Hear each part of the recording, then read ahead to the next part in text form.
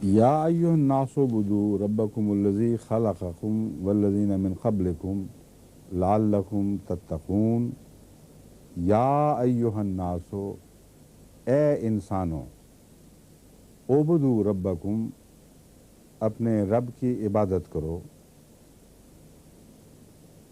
अल्लज़ी खलक़कुम, वो रब जिसने तुम्हें पैदा फरमाया, वल्लज़ीना मिन क़ब्लिकुम, और उन लोगों को भी क़ब्लिकुम जो तुमसे पहले थे। मिन क़ब्लिकुम से मुराद है तुमसे पहले थे। यहाँ दो मिन के उर्दू में मफ़हूम आ जाते हैं, मगर हम एक ही तर्जमा करते हैं। मिन का मतलब है से, क़ब्लिकुम तुमसे पहले। तो अरबी में ये मज़मून चलता है, क़ब्लकुम भी कह सकते हैं, मिन क़ब्लिकुम भी कह सकते हैं, लेकिन उर्दू में एक ही से चलेगा, इसलिए दो दफ़ा से नहीं लिखा जाएगा।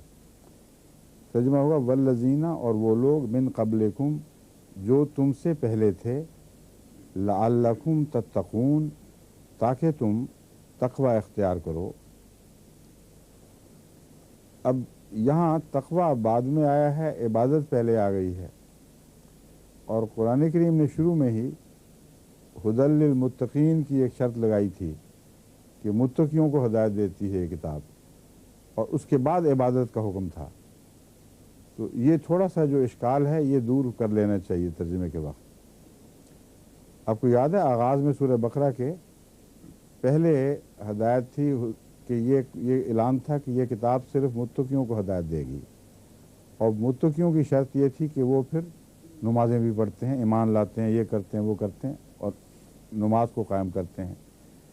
यहाँ नमाज को कायम करने का हुक्म पहले दे दिया और तक़वा उसके बाद बयान फरमाया है।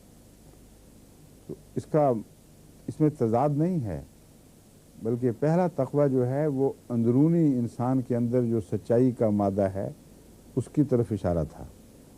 हर इंसान के अंदर अल्लाह ताला ने सच्चाई की पहचान इम्प्रिंट कर दी है, उसके अंदर छाप दी है।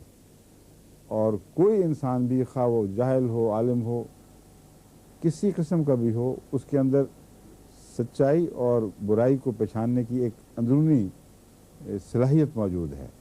उसको तक़वा कहा जाता है इब्तिदा में।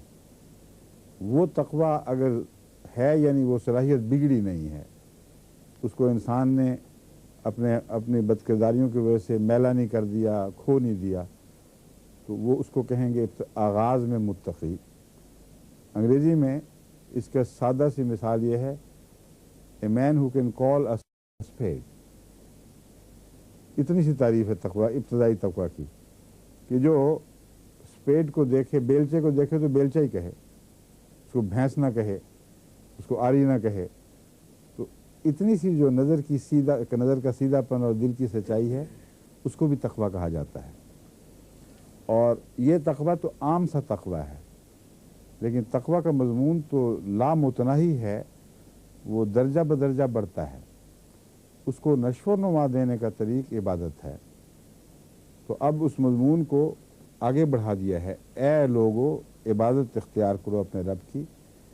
किस लिए इबादत करो? क्या इसलिए कि वो बड़ा है, उसके सामने ज़रूर माथा टेकना जिसको कहते हैं, सर झुकाना ज़रूरी है, उसकी खातिर उसकी तलब है? ये नहीं है। फरमाया लअल्लकुम तत्तक़ून, ताकि तुम फ़ायदा उठाओ और तक़वा में तरक्की करो। अब तक़वा का मज़मून इंसान के अपने नफ्स की खातिर है। ये भी लंबी बहस ऐसी है जिसको यहाँ तर्जुमे में दाखिल नहीं किया जा सकता, मगर इन स्टेप्स को, इन कदमों को एक दूसरे के बाद तरतीब से समझ लें कि तक़वा बाज़ दफ़ा इब्तदाई इंसानी सच्चाई का नाम होता है, बाज़ दफ़ा वो सच्चाई जो इबादत की बरकत से तरक्की करती है और नई मनाजिल में दाखिल होती है, नया उरूज हासिल कर लेती है, उसको भी तक़वा कहा जाता है। और इबादत की गरज इंसान की अपनी रूहानी तरक्की है, ना कि खुदा ताला की तरफ से कोई अनानियत का इजहार है। क्योंकि अल्लाह ताला दूसरी जगह फरमाता है कि अगर तुम सारे मेरी इबादत से मुँह फेलो, मुझे कौड़ी की भी परवाह नहीं। میری ذات پہ کوئی فرق نہیں پڑتا، میری شان میں، میرے مجد میں کوئی فرق نہیں پڑتا۔